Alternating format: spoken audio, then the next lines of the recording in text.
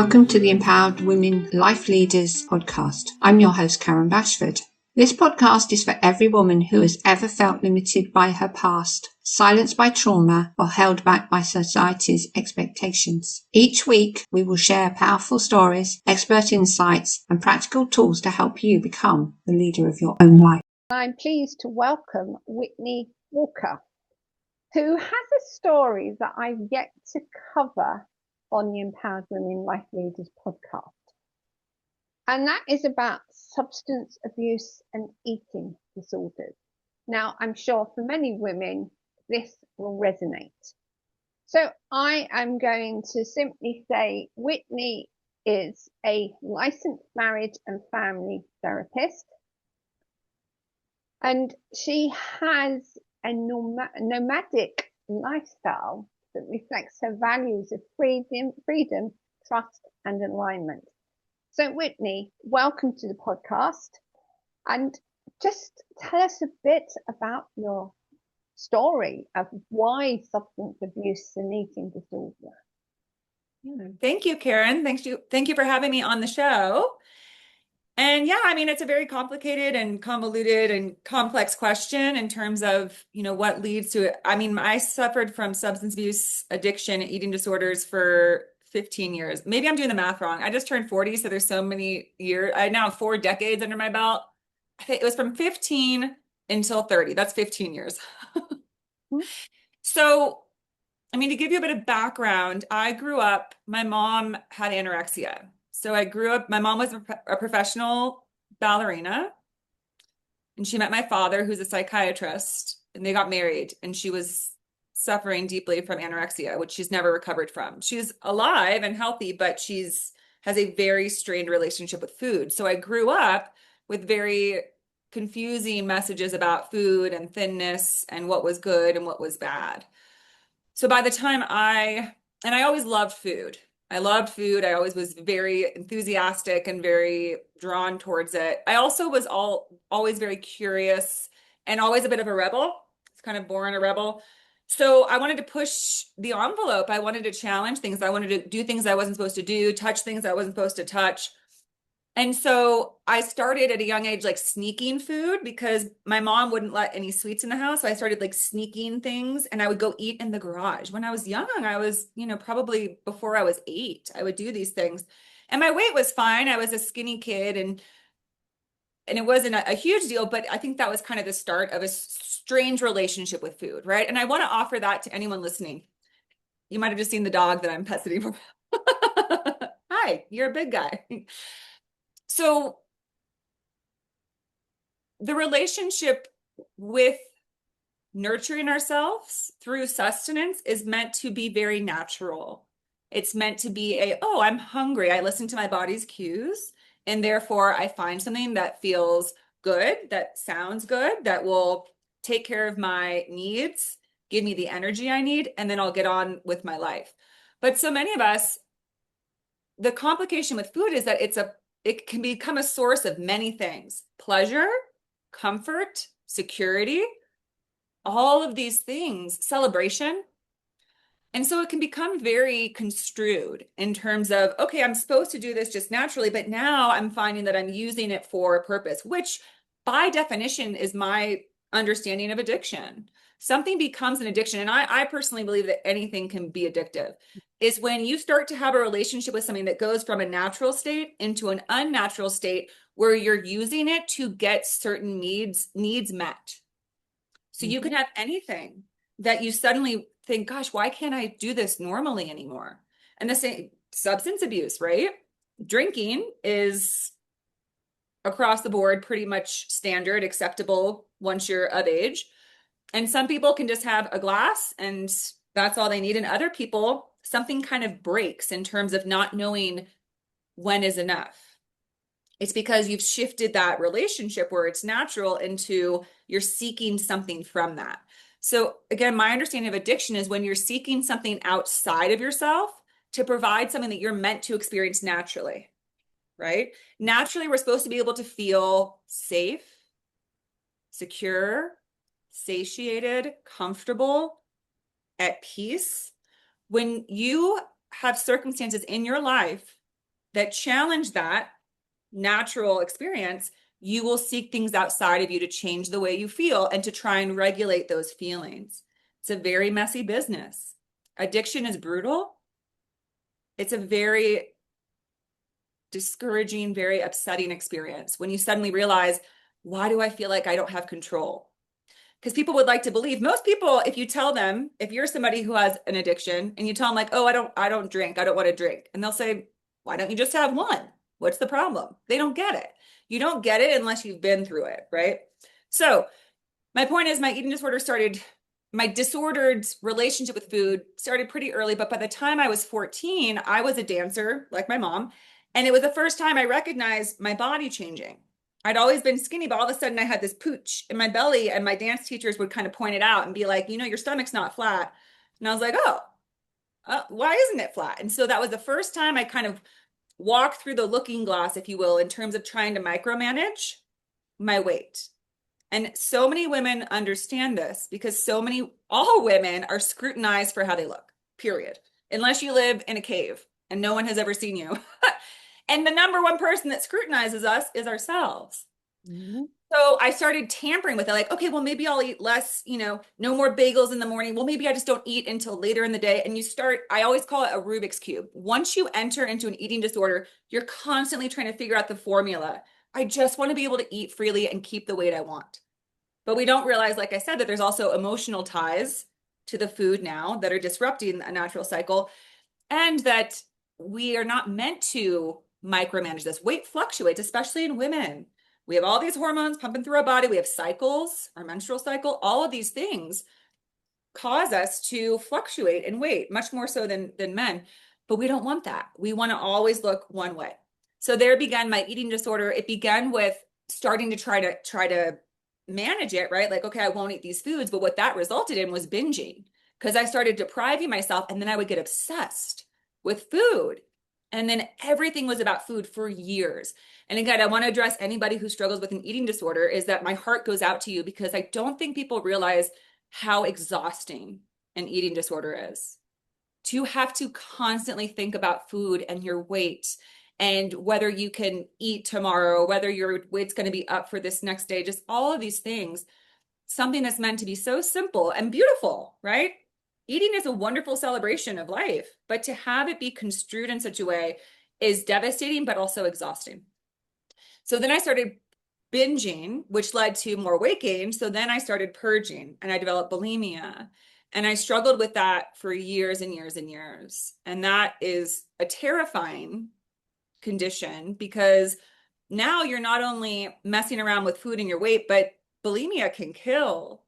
You're not meant to be purging food out of your body. It's a very violent act. Anybody who's been sick knows that when you throw up, it feels terrible. Your whole body just starts heaving, and when the muscles contract, like everything in your body it's unnatural. And to do that to yourself, it has major repercussions. Many people die. Although anorexia is the number one most lethal of all mental health disorders, because that will also, obviously, if you deprive yourself enough, it can kill you.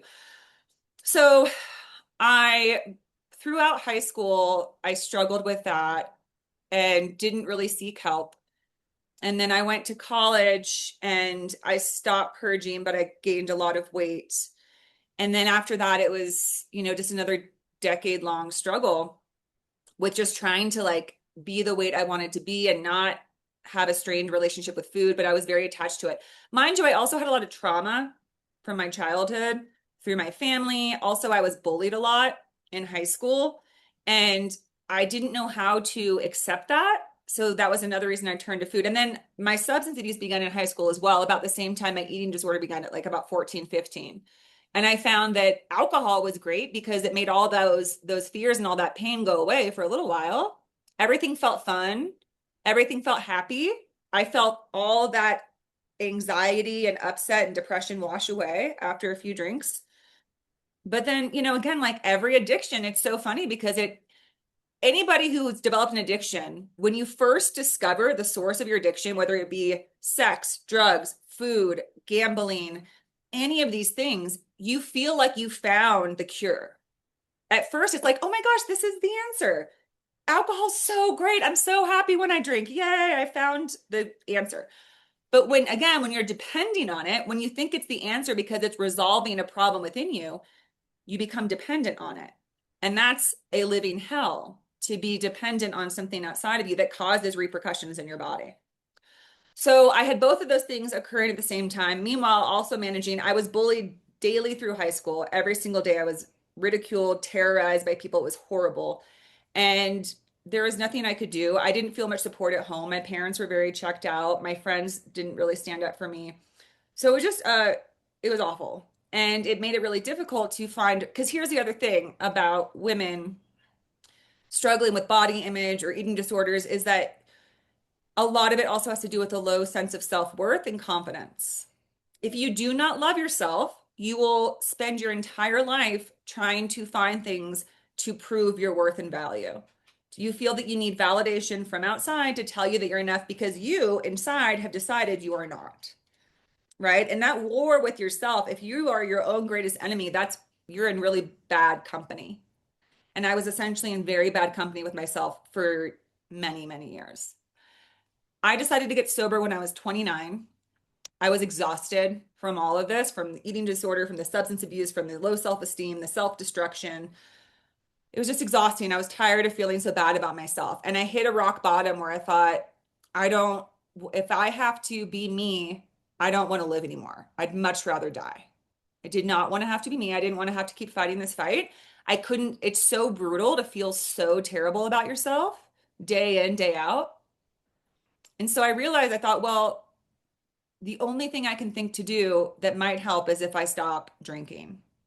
Because at this point, I was also abusing pills, drinking, partying a lot, and that involved promiscuous sex, not valuing myself or my body, not believing I was deserving of love by any means.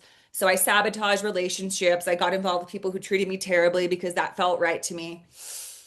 So I had a bit of a reclamation at 29.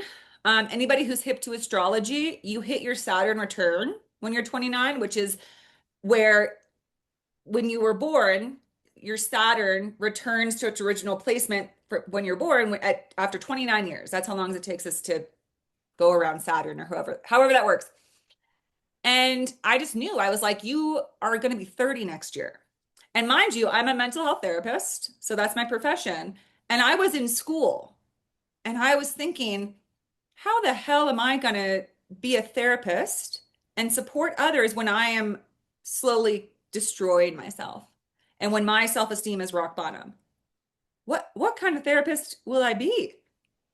And I also, two big reasons that I stopped drinking was I realized that as long as I drank, maybe I would be successful, maybe I'd get better, but I would always, always have this percentage of risk involved because drinking inherently is dangerous. Even somebody who doesn't have a drinking problem, you can have a few drinks and drive and get pulled over and get a DUI.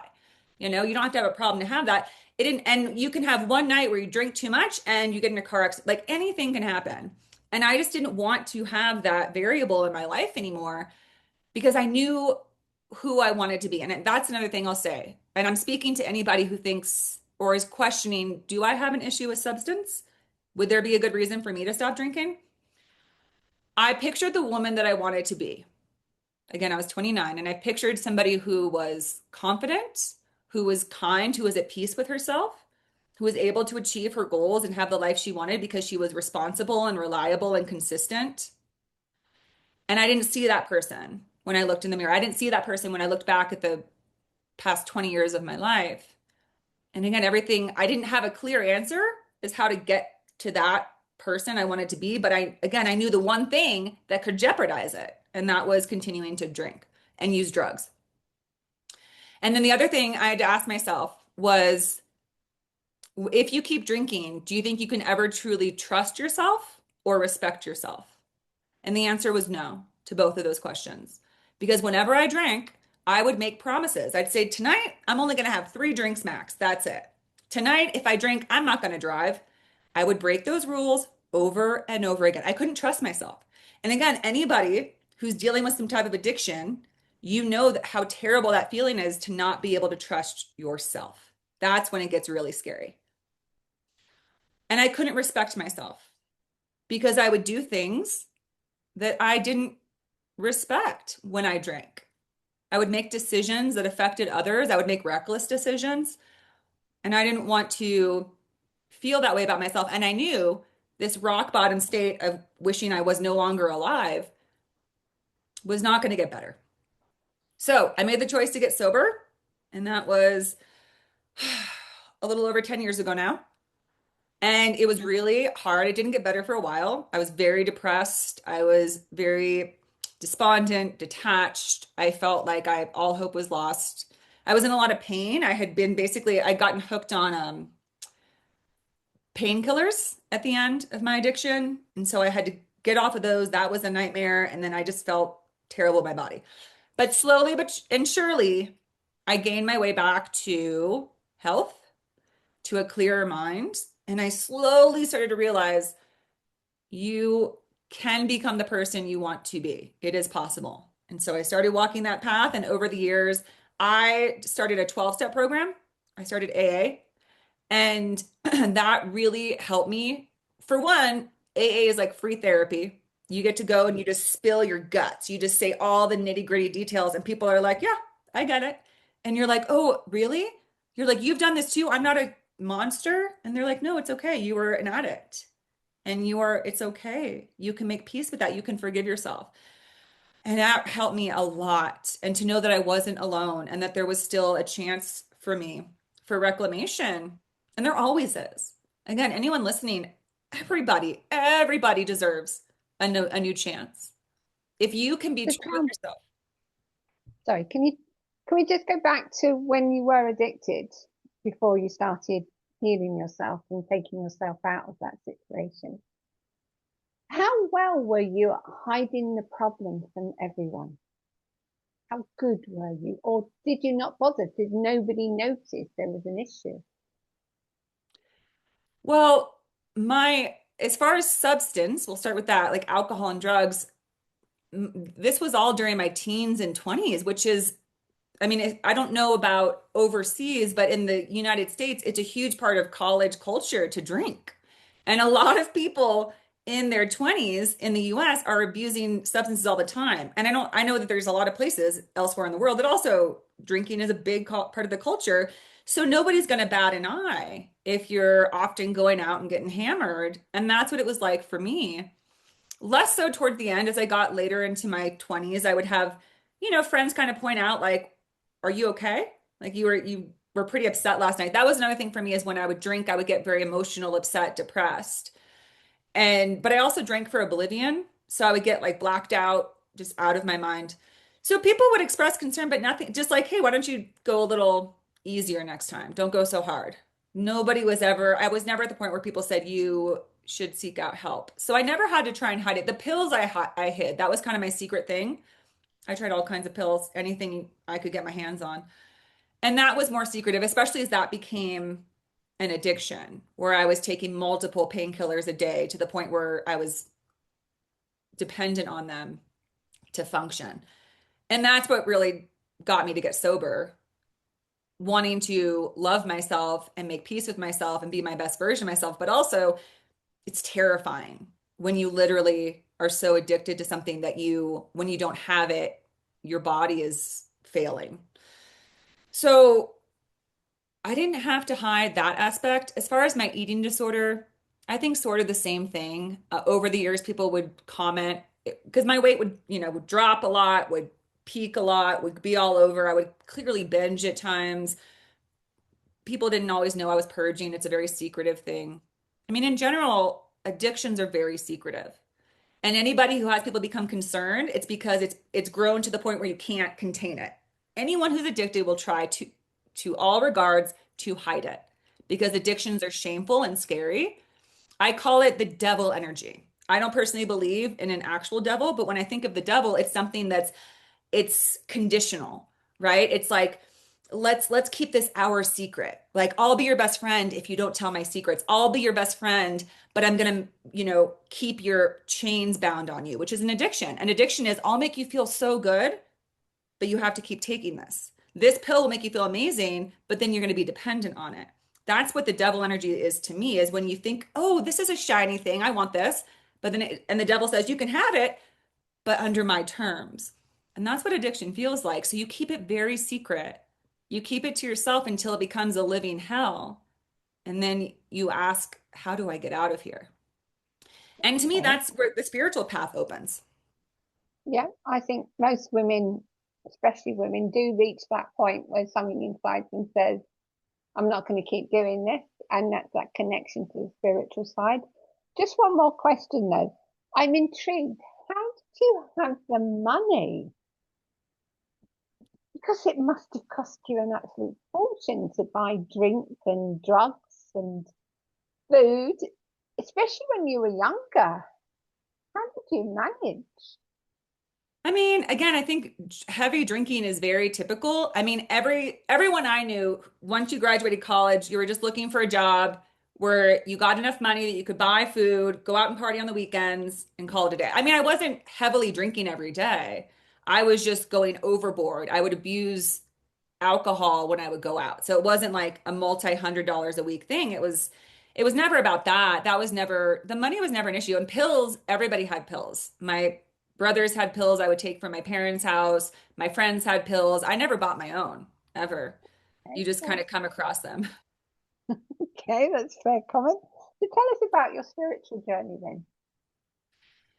So as I worked through the 12 steps of AA, and I'd always been attuned, I was never religious, but I always felt this sense that everything came back to love for me. When I was younger, I would gather all these quotes that were about loving yourself, believing in yourself, finding peace. I was always very drawn towards that.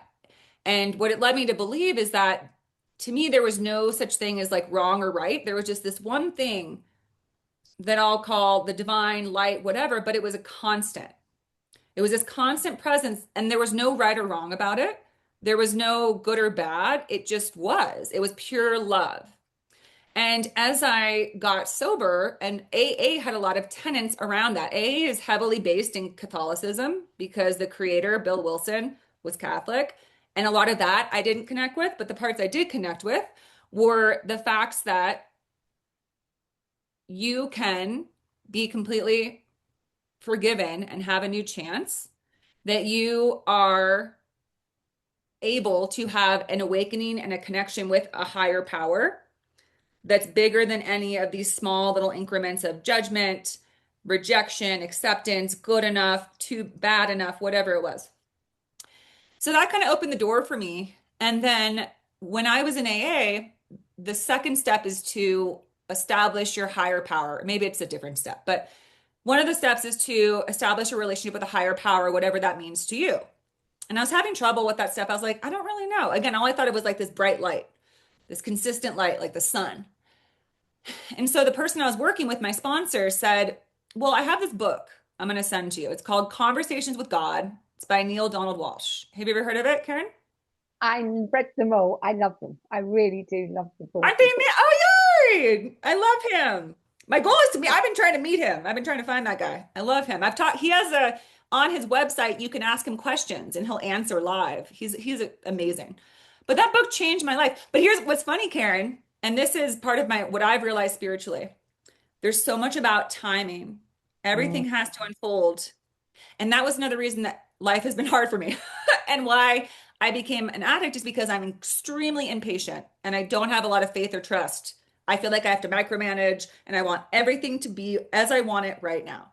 What a brat, right? But I've learned how to work with what I call my guides, my spirits, with my higher self to ask for guidance, right? I just a side note, I live nomadically and I've lived nomadically purely on guidance from spirit. I ask, where do I go? And know every single time I get the name of a city, a state. I just happen to meet somebody who says, oh, I live in Saratoga Springs, New York. Just as I had been gotten the guidance that I should go to New York. That was 2024 when I did that. Anyway, so this woman ordered that book for me. This was in 2016. And I got it and I opened it and I read 2 pages and I was like, this is dumb. This guy thinks he's talking to God. That's stupid. And I threw it under my bed. And Karen, I didn't look at that book for 2 years.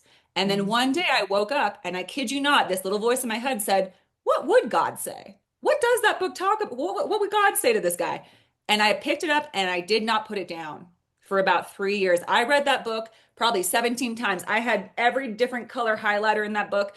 I could not believe it. It felt like everything that I'd felt was true about life was expressed.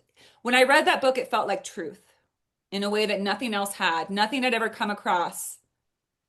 I found that book and it just felt, oh, this is what is. And I always knew it in my soul. I knew I had a soul. I knew this was all just a fun experience. I knew it. So I started reading those books and that started me on my path. I read every single book in that series. I got introduced to so many other beautiful outlets and people and spiritualists who I aligned with. I was very involved in different areas of society, of people who were doing things, consciously and contributing community. And then COVID hit, right? And but right before COVID, I took a trip near you. I actually went to visit my uncle in Oxford, but we went down to London and to Bath. And Bath is very close to Glasgow. Is that the name? Glastonbury. Glastonbury. Glastonbury is an extremely sacred place. Yeah. And I didn't know I was being guided there, but I was. Glastonbury, I've read, is considered to be the heart chakra of Earth. Yeah. So when you go there, it can open your heart center. And I came back from that trip in May of 2019, and I was just flooded with all this inspiration of for some reason for me, it was women. It said, you need to bring women together. You need to allow women to speak and share their ideas, their thoughts, their experiences. Women are so pivotal at this time for the progression of society, to rebalance society, the divine feminine, I was like, where is all this coming from? I felt bombarded. I swear it was like my ancestors joined me when I went to England, because my heritage is English, Irish, Scottish. That's my background. And it was like they were joining forces to say, maybe you can do some of this in this lifetime. Because my belief is that our lineage, our generational history, they're all still with us. And they're all hoping that we, in this lifetime on Earth, can do the work that they began many, many generations ago. And I feel very attuned to that. So that's how I live my life now, is just asking for guidance, being attuned to what I might do that's for the highest good of all of humanity. And that's why I was led to start a podcast, because I was led to speak. I was led to share these perspectives and see what happens. And here I am talking to you, lovely Karen. So what would you say to any woman who is still starting her journey based on what you've experienced? I would say, put your hand on your heart and take a deep breath and realize you are here. You're here and you're safe. No matter where you are in this exact moment, no matter what's going on, you know that within you there is stillness and there is peace. And that the more you attune to that infinite light and peace within you, the more your outside will begin to match. Remember that your outside is merely a reflection of what's going on within you, which I know is obnoxious to hear because I didn't like hearing that. I still don't. When I see things go awry in my life, I'm like, I thought I had this figured out. But there's always hope, and there's so many resources. So anyone listening, you can find my podcast. I do lots of episodes around identifying addiction, eating disorder, how to move on from it, how to free yourself from our own self-imposed prisons, from ruminating thoughts, all these things that keep us stuck in a lack of worthiness. That is the epidemic of humanity, is this lack of internal worth and feeling that we need to prove our worth externally. We have to look the right way. We have to have the right success, impressiveness, the partner, the job, the home, all of these things. That's never been true. The only thing that's real is what's inside of you. That's why I have a practice of, whenever I'm getting worked up, I put my hand on my heart and I remember, don't forget who you are. You're a divine spark of the infinite that is God, source, spirit, having an adventure.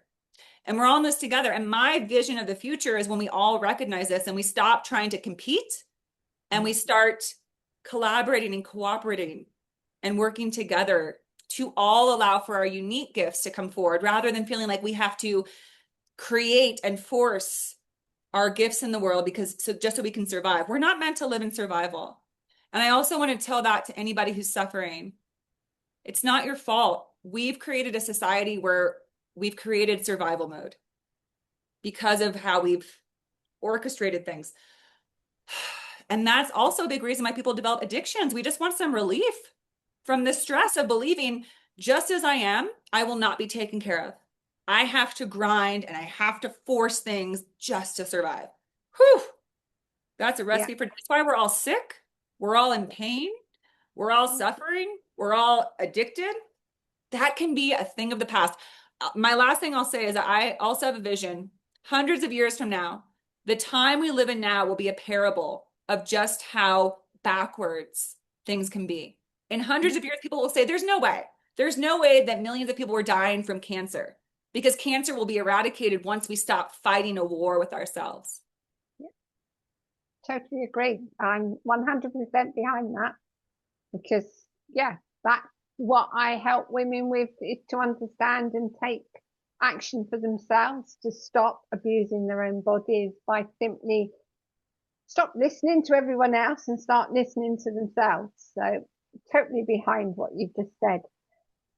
I will be sharing about your Women Waken and obviously your podcast. So thank you very, very much for your time. It's been fascinating hearing your story. And I'm sure many, many women and even men that listen will benefit from realizing that you can recover and you're not on your own. Because even when you need help, there is help available if you go inward and don't necessarily constantly look outward. Absolutely. Thank you very, very much. Really. Thank you, Karen. Thank you for having me on the show. And thank you for the work that you do to give that message to women and give them that assurance and comfort and a resource to turn to. Because the more that this message is out there, the greater people it will reach, the greater its impact. Definitely. So thank you very much. Thank you.